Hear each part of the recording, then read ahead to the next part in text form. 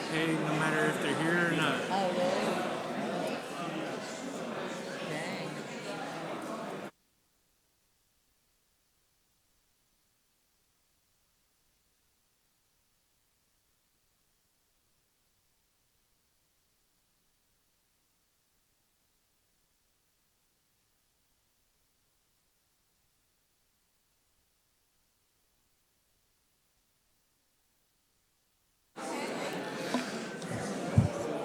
Have all the members voted? Tyler, roll. Roll call shows 89 members present. The chair declares a quorum for the conducting of business. House motion. Mr. Speaker, I move that when we do adjourn, we adjourn to the fall of the gavel at the time and day as determined by the Speaker of the House of Representatives in consultation with the Minority Leader, Representative Lehman. You heard the motion, the second. All those in favor indicate by saying aye. All those opposed, no. Motion is adopted. So let's talk a minute about that motion. That motion basically, normally we would, and much to my chagrin, we will not be motioning sine die to end. And the reason for that is because we don't have a technical corrections day scheduled after this. And if there's an issue regarding this bill, as we've talked about before, there are timelines that are that need to be worked out downstream, particularly the county offices. So this just gives us the flexibility to come back if needed. So with that, we will move to the calendar for concurrences eligible for action. House motion. Mr. Speaker, I move that the House do concur with the Senate amendments to endorse House Bill 1581. Representative Stewart-Wald. Chair recognizes Representative Stewart-Wald for a motion to concur. Thank you, Mr. Speaker, members of the House. Good to see everybody again. The Senate made a change in committee over there, and it's my understanding it was taken by consent, just for your information. It affected 8 Marion County Senate districts and 2 Hamilton County Senate districts. There were no changes made to the House maps or the congressional maps. They had a robust discussion in all their committees and on the floor, and I would appreciate your support on the concurrence. Thank you. Thank you, Representative Stewart-Wald. Further discussion, Representative Pierce on the concurrence.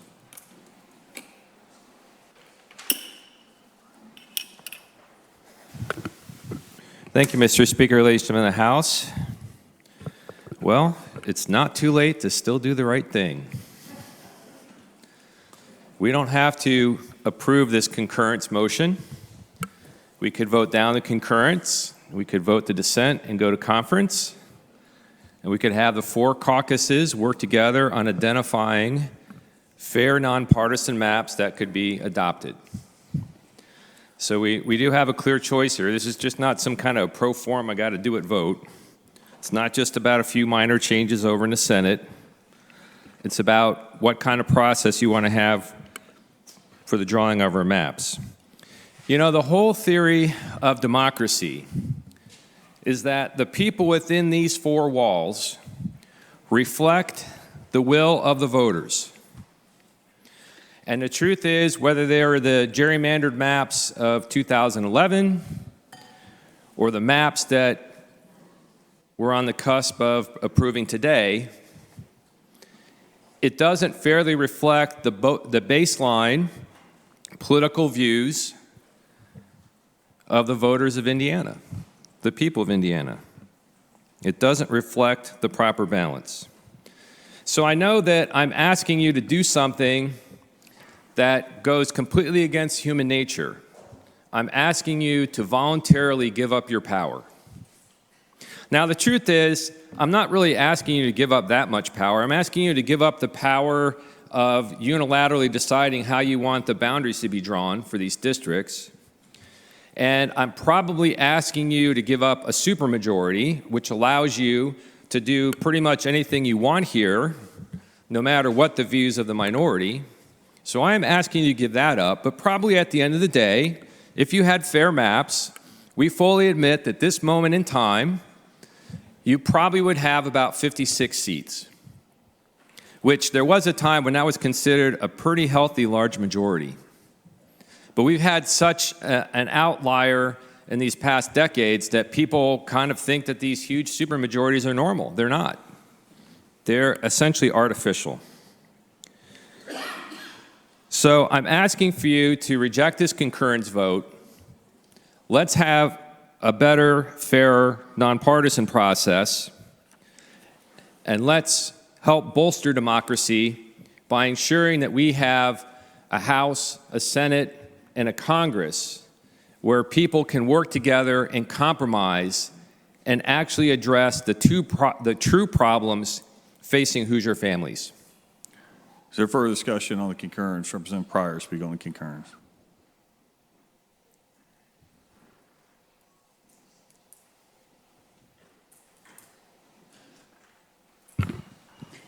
Thank you, Mr. Speaker, and members of the House. First, I want to acknowledge the awesome work of Democrat senators. They made outstanding points. Unfortunately, that fell on deaf ears. Representative Pierce has stated last week that the proposed Senate maps were mean-spirited. I think that was a kind assessment of the maps. Because once you take a closer look at the maps, it is voter suppression at its fullest of the minority people in Fort Wayne and Evansville.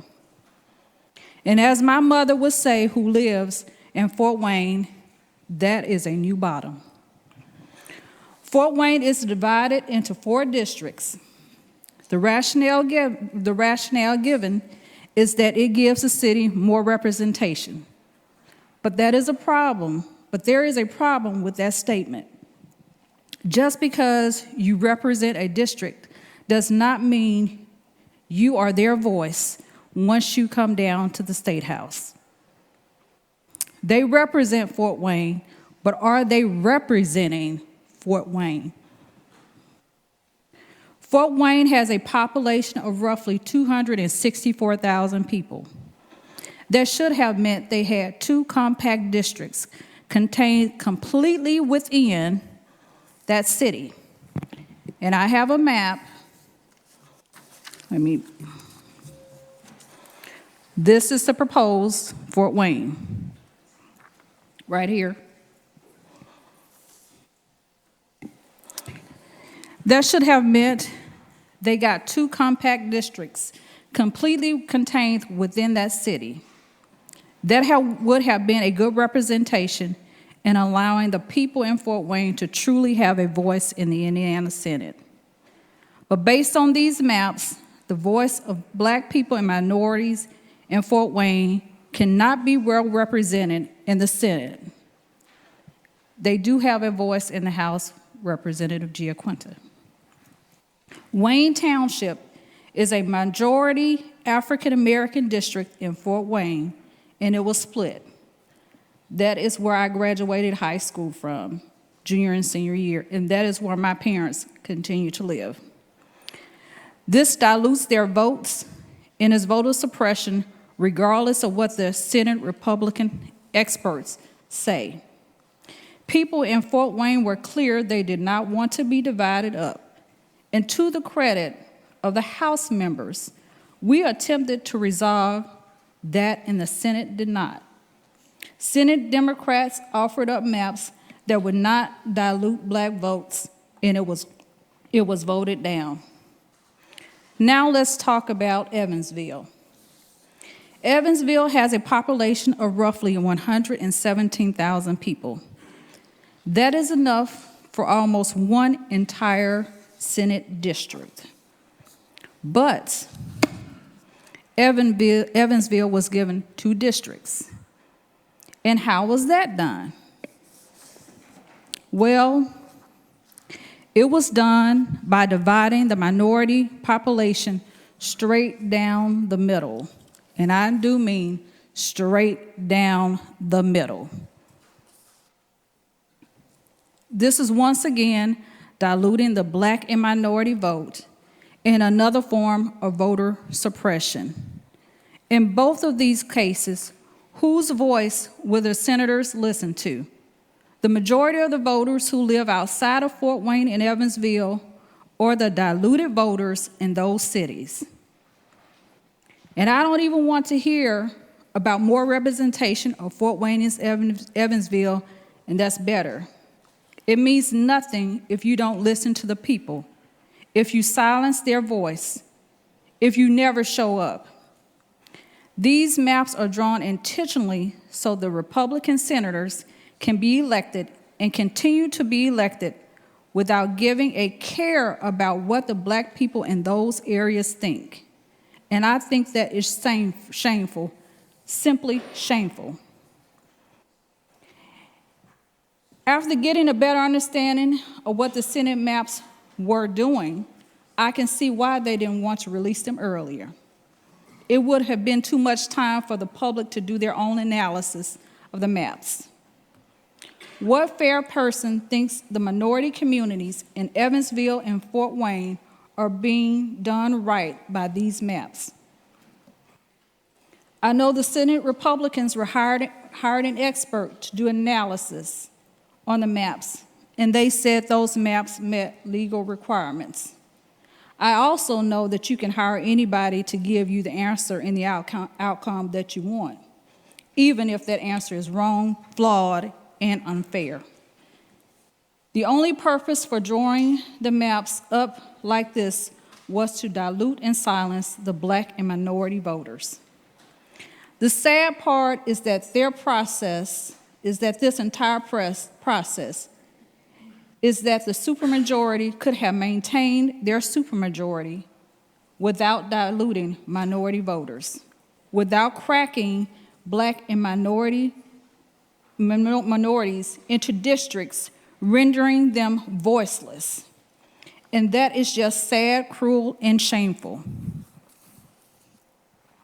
Our maps in the House aren't anything to write about either. Our districts are still gerrymandered, and minority voters are packed into districts. Democrats make up 40 to 44% of the voters in Indiana, but we have only 29% of the representation in this body. What is fair about that? Absolutely nothing. The false narrative used is that Republicans have about 80% of county commissioners in the state.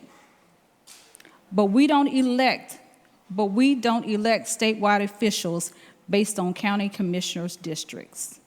As a matter of fact, the township that I live in is larger than a lot of counties in the state of Indiana. That analogy basically means you're giving more weight to a person's vote that lives in a Republican county commissioner's district than a voter in a Democrat county commissioner's district. In reality, each vote should be treated equally and weighted equally. That is not the case with the House maps. One person, one vote basically gets tossed out the window. This is not a good day for Hoosiers or democracy. People already have a distrust of government, they're disillusioned, and don't like elected officials. These maps would do nothing to change the major things people ask for during the hearings. And on top of that, we have large segments of the black and minority voters shut out of the process, as is evident by the Senate maps. I will be voting no for this bill, and I hope that you will join me in doing the same. Thank you. Representative Jacobs, speak on the concurrence.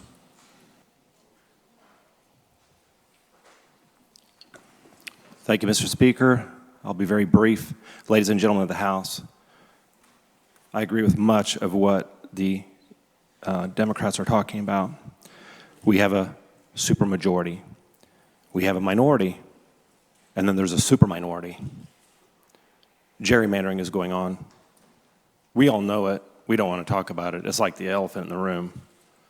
As magistrates, we should be acting with justice. We should be acting impartially, and we know very well that these maps are not drawn impartially. We talk about God, our Creator, in the Constitution, the God who sees everything, not just our external actions, but He sees internally the motives Because there are motives that do go behind the drawing of maps. I'm not saying I can see down into the motive, but you can see the result of what comes out on paper. For example, my district, hacked up. Many of you know that. So anyway, I wanted to go on record because I think this is, as Representative Pryor said, shameful. And I totally agree with that. Further discussion. Leader GiaQuinta, speak on the concurrence. Thank you, Mr. Speaker, members of the House. Thank you, Mr. Speaker. Just very briefly, kind of echoing what Representative Pryor said about regarding to the concurrence, and I do rise to vote no on the concurrence, but with regards to Fort Wayne, it does certainly look like that area was drawn to definitely not elect a Democrat. The area, the city of Fort Wayne is basically cracked up into about 3 or 4 different districts. And also, the independent map, again, that House Democrats produced reflected Indiana's political balance. It was statistically verified, and it fostered competitive districts and accountability. So I just want to remind folks to compare, again, our map to the gerrymandered map that we're voting on again today, that we're on this concurrence.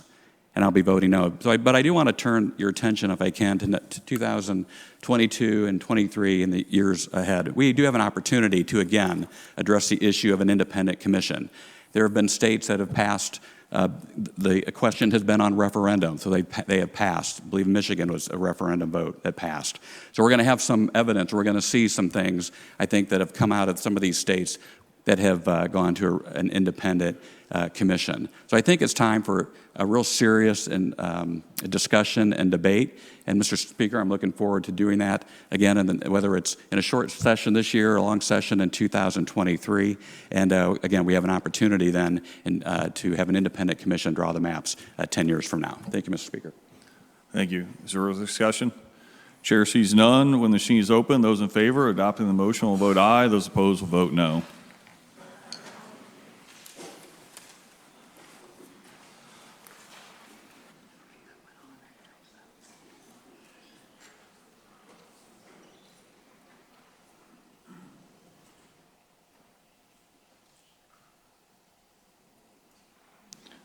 Have all the members voted?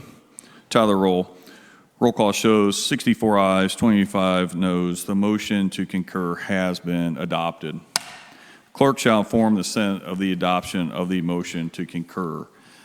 It is hard to believe that this session is finally ended, or at least so we hope, and look forward to seeing everybody in what will feel like a short time, approximately 6 weeks until Organization Day. So with that, the chair, Representative Austin, did you have, no, all right. Well, Representative Austin, would you like to make a motion?